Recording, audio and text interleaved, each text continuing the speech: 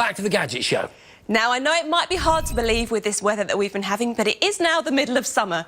So if you're planning a little holiday, you might be thinking of buying an e-reader to take with you. Yes, and you might not realise that these unsuspecting little gadgets are actually packing some really super sophisticated new technology.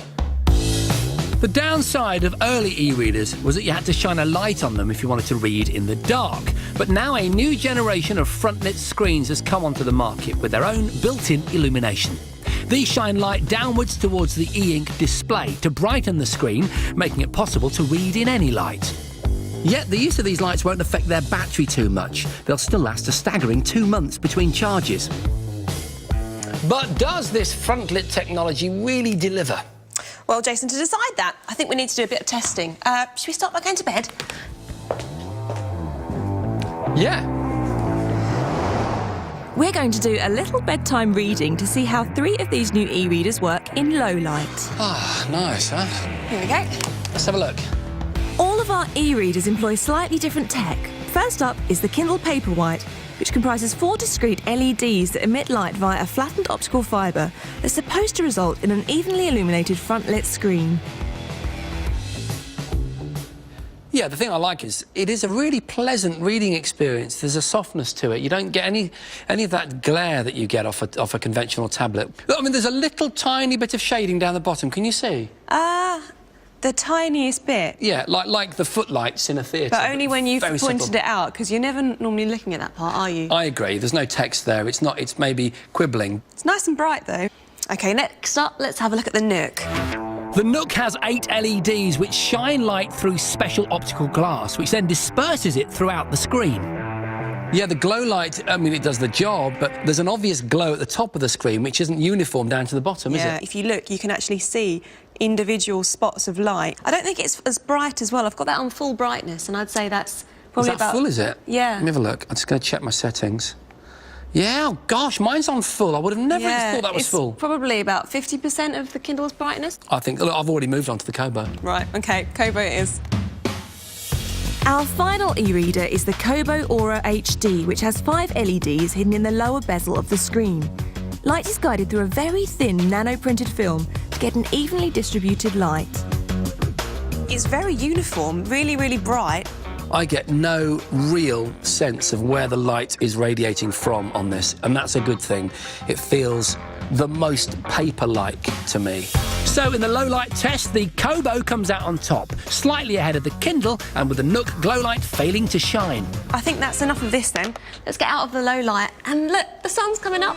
Ooh! Fancy a trip to the beach? I'd love to go to the beach. Let's go, follow me.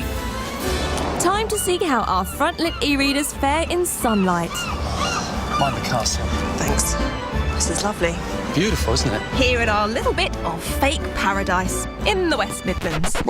I'm really cold. Could do with warming up a bit. Yes, please.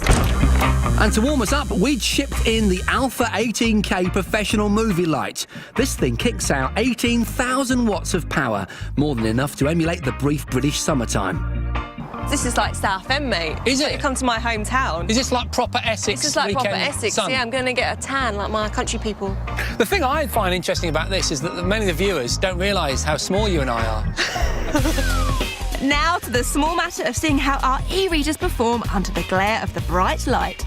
First up is the Kindle Paperwhite. The matte screen on this Kindle is performing brilliantly. Yeah, even I can shine the light directly on it and you can still read it perfectly. Yeah. Next up, the Nook, the cheapest of our readers, and it claims to deliver sharp, easy-on-the-eye text, whatever the lighting. Interestingly, it's the lowest screen resolution of the 3 devices that we're testing at only 800 by 600. It's the same screen size as the Kindle Paperwhite at 6 inches, and you can see the difference. I don't know if I can, actually. I mean, we're not watching HD movies on here, we're just reading a book. Are, but there's a smudginess. But despite its poor resolution, the Nook fares pretty well in bright light.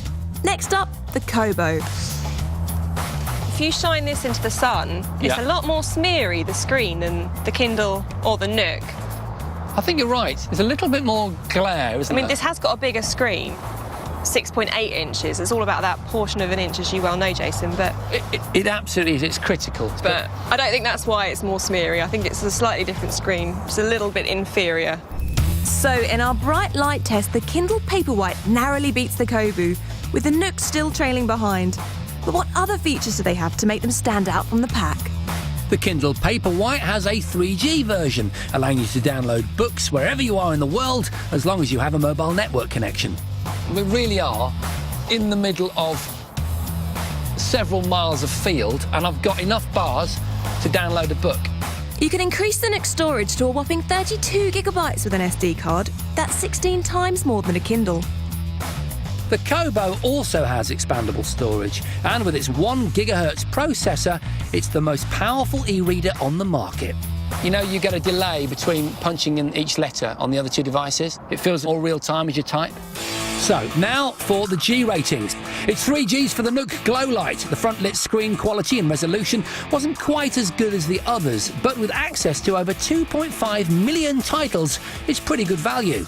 It's 4 Gs for the Kindle Paperwhite. The screen was great in bright and low light, and the option of buying a 3G version is a really big plus. And it's 4 Gs for the Kobo Aura HD. It's clearly taking aim at the Kindle market, and the screen size and resolution are excellent. If it had a 3G connection, it would have got the full 5 Gs.